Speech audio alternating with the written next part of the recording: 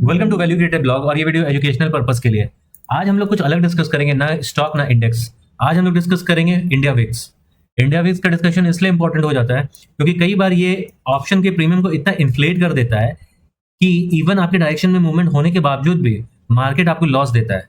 अगर हम इस चीज का अगर ध्यान देखें तो यहाँ पे इंडिया विक्स अगर हम लोग यहाँ पे डेली अगर लगा दें तो इंडिया विक्स कब कब इन्फ्लेट हुआ था इन नियर फ्यूचर।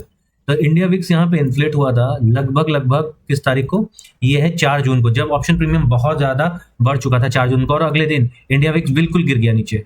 उसके अगले दिन अगर हम लोग यहाँ पे देखें कौन सा दिन था, ये 5 अगस्त को India VIX suddenly shoot up किया और उसके बाद गिरा। इंडिया विक्स का इन्फ्लेट होने का रीजन, इन्फ्लेट तब कब करता है, इन्फ्लेट ये तब करता है जब मार्केट जो हो फॉल कर रहा हो,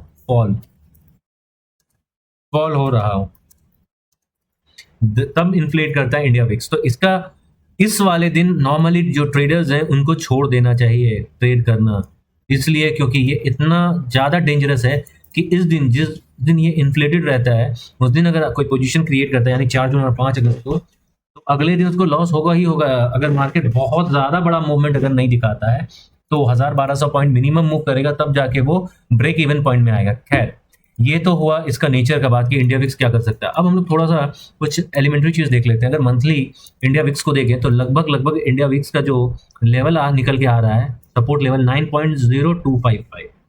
ये जो इंडिया विक्स का लेवल है 9.0225, इस लेवल को हम लोग कहेंगे सपोर्ट जोन, ठीक है। और यहाँ पे हम लोग RSI लगाएंगे फॉर बेटर अंडरस्टैंडिंग। अगर हम लोग RSI कर लगाते हैं तो इंडिया विक्स जो है मंथली में नहीं, वीकली में देखते हैं। अब इसको वीकली में थोड़ा रिलेटिवली हम लोगों को ढंग का, या डेली में हम लोगों को थोड़ा सा ढंग का मिलेगा देखने को। तो हम लोग देखते हैं कि इंडिया विक्स जब ओवरबॉट या उसके आसपास के जोन में आता है तो यहाँ पे सडन स्पाइक या बाइंग शुरू हो जाती है। एक बार यहाँ पे आया था, ठीक है, एक बार यहाँ पे आया, तो थोड़ा बहुत अभी इंडिया विक्स फॉल कर सकता है।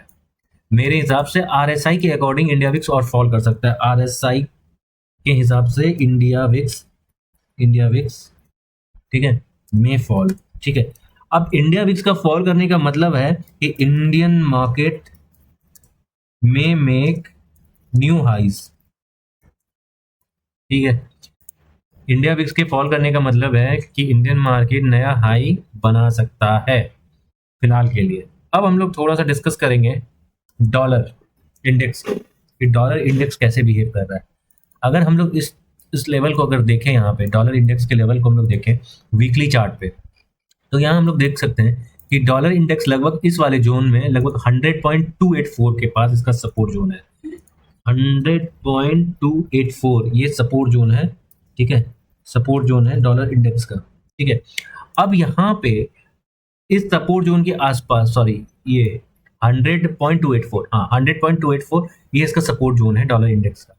अब हम लोग यहाँ पे देख सकते हैं कि जैसे डॉलर इंडेक्स जो है वो यहाँ पे ओवर, क्या है, किस वाले जोन में है, ये ओवरसोल्ड जोन में है। अगर हम लोग यहाँ पे देखें तो डॉलर इंडेक्स ओवरसोल्ड जोन में है, ओवरसोल्ड जोन यानी कि प्रोबेबली हो सकता है कि डॉलर इंडेक्स यहाँ से बढ़ेगा। अब डॉलर इंडेक्स यहाँ से बढ़ेगा तो वो मार्केट के लिए ठीक नहीं है। Dollar index increase is not good for share market, ठीक है। तो ये इनवर्सली प्रोपोर्शनल है क्योंकि यहाँ पे डॉलर इंडेक्स ओवरसोल्ड जोन में जा चुका है, तो अब इसका राइज करने का चांसेस बनता है, ठीक है। ये हो गया डॉलर इंडेक्स की बात। अब हम लोग यहाँ पे आते हैं और बात करते हैं गोल्ड की, ठीक है। अगर हम लोग यहाँ पे ध्यान से देखें वीकली चार्ट के अंदर, ठीक है, वीकली चार्ट के अंदर अगर हम इस चीज को देखें तो ये लगभग ओवर सोल्ड जोन में जा चुका है। और मजेदार बात है कि प्राइस यहाँ पे एक हाई बना चुका है, लेकिन अगर हम लोग RSI को देखें तो ये एक नया हाई नहीं बनाया है अभी तक। यानी कि यहाँ से एक ही कंडीशन हो सकता है कि गोल्ड बहुत सिग्निफिकेंट राइज दे दे, जो कि जिसका चांस थोड़ा सा वीक लग रहा है अब इस वाले जोन में। अगर हम लोग यहाँ से देखें, ठीक है, डॉलर का इंडेक्स जो है यहाँ पे लगातार नीचे रह रहा है RSI। यहाँ पे इस जोन में RSI वीक है, इस वाले जोन में RSI वीक है, यानी कि गोल्ड और आरएसआई के बीच में डाइवर्जेंस है, क्या है? गोल्ड गोल्ड आरएसआई डाइवर्जेंस यहाँ पे एग्जिस्ट करता है, आरएसआई डाइवर्जेंस, ठीक है। आरएसआई डाइवर्जेंस एग्जिस्ट करता है गोल्ड में, ठीक है। अब आरएसआई का डाइवर्जेंस क्या बता रहा है हम लोगों को? आरएसआई का डाइवर्जेंस हम लोगों को ये बता रहा है कि प्रोबेबली आने वाले टाइम में गोल्ड का प्राइस करेक्ट हो सकता है, आने वाले टाइम में गोल्ड का प्राइस, क्योंकि गोल्ड एक रेसिस्टेंस के आसपास ट्रेड कर रहा है। गोल्ड का रेसिस्टेंस ये है, ठीक है, ये एक रेजिस्टेंस जोन है गोल्ड के लिए, ठीक है। गोल्ड बिल्कुल अपने रेजिस्टेंस जोन में ट्रेड कर रहा है अगर हम लोग ध्यान से देखें। और ये रेजिस्टेंस जोन कितना है गोल्ड का? रेजिस्टेंस जोन गोल्ड में है 2531 के आसपास, ठीक है। ये लगभग डेली चार्ट में ये चीज देखने को मिल रहा है। अब यहाँ पे अगर हम लोग देखें तो यहाँ पे आरएसआई न्यू हाई मारा है और प्राइस यहाँ पे नीचे है। यहाँ पे आरएसआई न्यू हाई नहीं मार पाया, यानी कि क्लियर कट यहाँ पे डाइवर्जेंस एग्जिस्ट कर रहा है। इसको हम ग्रीन लाइन से डिनोट करते हैं या रेड लाइन से डिनोट करते हैं, और इसको डिलीट कर रहे हैं। तो आरएसआई और गोल्ड प्राइस में डाइवर्जेंस देखने को मिल रहा है, ठीक है। इसको हम लोग कहेंगे आरएसआई डाइवर्जेंस, आरएसआई डाइवर्जेंस, ठीक है। आरएसआई, इसको रेड फ्लैग कर देंगे कि गोल्ड में आरएसआई डाइवर्जेंस। अब यहाँ पे अगर गोल्ड का प्राइस गिरने वाला है, यानी कि मार्केट के लिए अच्छा होने वाला है, यानी इंडिया विक्स नीचे जाने की बात हो रही है, डॉलर इंडेक्स हो सकता है कि ऊपर जाए और गोल्ड नीचे आए। तो यहाँ पे 2 पॉइंट मार्केट को फेवर कर रहे हैं और 1 पॉइंट मार्केट के अगेंस्ट जा रहा है, ठीक है। तो यहाँ पे हम लोग मान सकते हैं कि एक कंफ्यूजन का स्टेट हो सकता है आने वाले टाइम में, ठीक है। अब इस चीज को अगर हम यहाँ पे देखें तो किसी ना किसी तरह अगर गोल्ड इस वाले लेवल को ब्रेक कर देता है, ये लेवल कौन सा है? 2478 का 2468 ये डॉलर्स में है, तो इसका ध्यान रखना है, पर आउंस, ठीक है, पर आउंस ये डॉलर में है।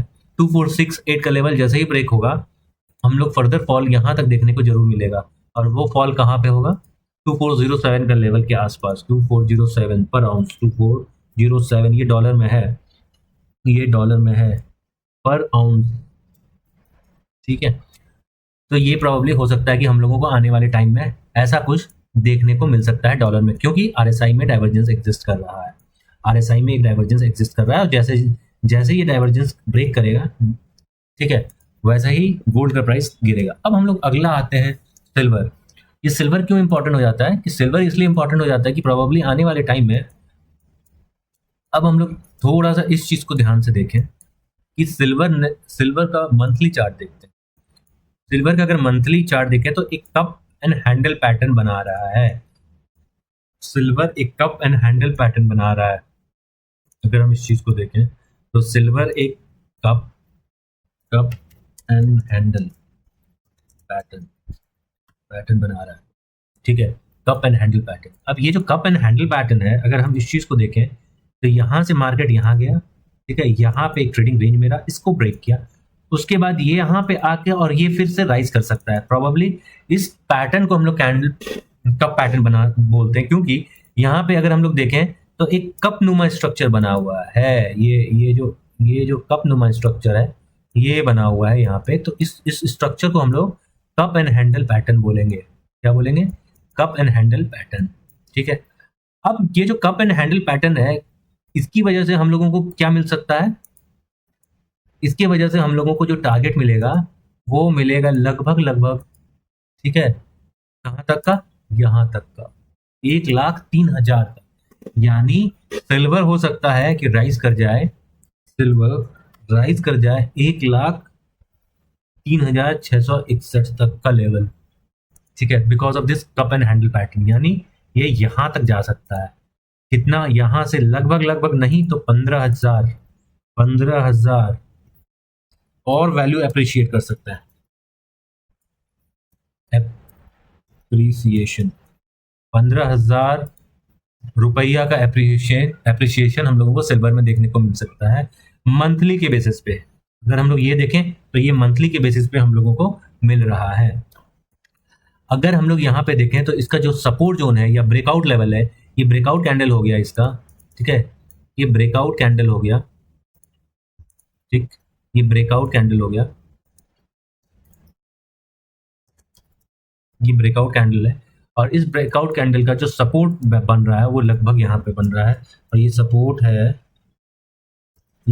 है, ठीक है, कितना है 77,729 का जो लेवल बन रहा है ये सपोर्ट जोन है।